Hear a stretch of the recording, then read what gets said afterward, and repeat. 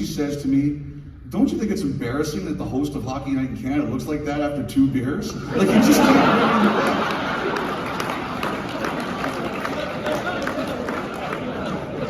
After I threw my bag down and I took my boarding pass and I went towards securing the gates, Ron, the first thing that went to my head is, thank God you kept your shirt on.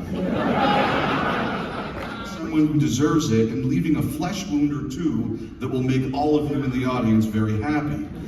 Luckily, there is a way to do it, and Kevin alluded to it earlier.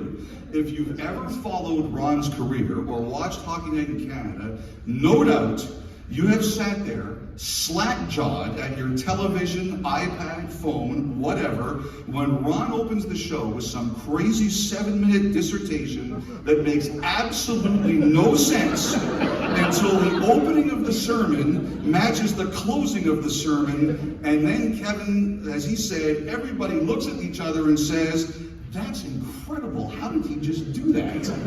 You all know what I'm talking about, right?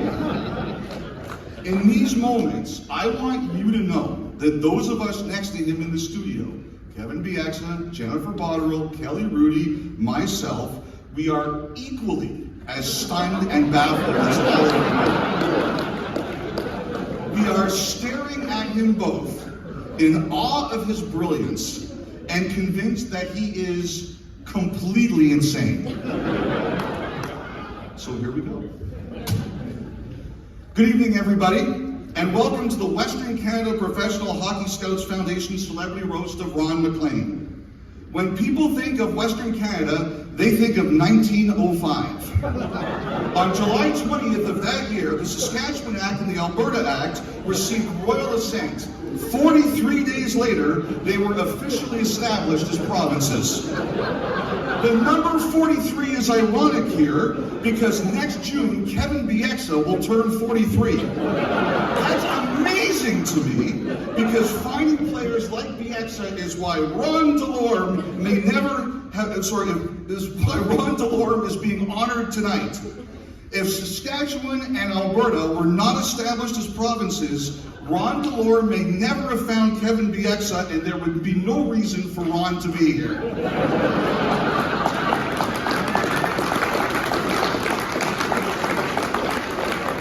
It's so fitting that we're in Okotoks tonight. It is an important day to recognize the Indigenous heritage of the region, and the name comes from the Blackfoot First Nation word for rock. You know who else is a rock? Cale Makar. He's a rock. He's the rock of the Avalanche defense. He's the best blue liner in the NHL. Going to win a Hart Trophy someday, I tell you.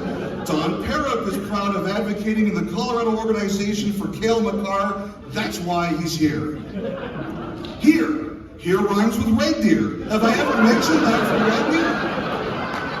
I don't think I have. Anyway, when I was a young lad, I played football and I was a kicker. A huge fan of Dave Cutler, the kicker for the Edmonton Eskimos.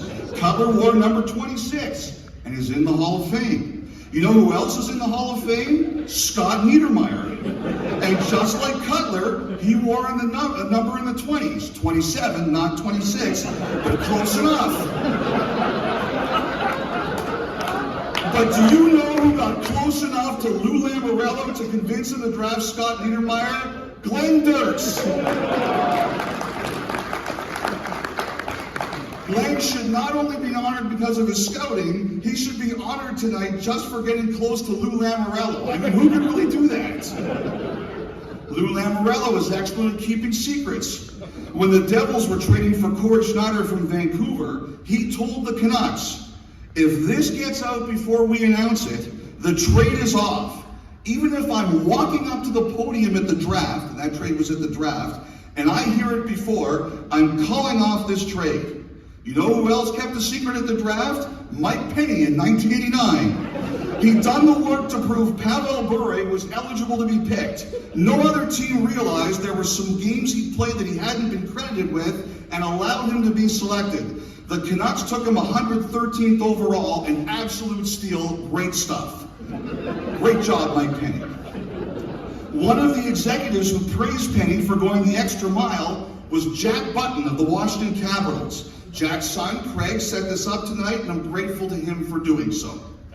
On March 9th, 1994, Burry had a goal and an assist in a win over the New York Islanders. But the biggest story in Vancouver that night wasn't Burry's two-point performance, no sir. The biggest story that night in Vancouver was the birth of Morgan Riley. Now, I wasn't in the delivery room that night. I was not invited. But it's possible Garth Malarchuk was. Malarchuk was all over Riley for years, convincing the Toronto Maple Leafs he was the real deal, which he absolutely is. For years, one of the voices of Riley's career was Dennis Bayak. Great to see Dennis here. He's retired from broadcasting. We miss him around. Dennis liked to talk about what a great scout he was. Once the GM of the WHL Seattle Thunderbirds, he loved to tell how he selected Patrick Marleau, 6th overall in the 1994 Bantam draft. Yeah, baby, great pick. Yeah, baby, Peter Marr!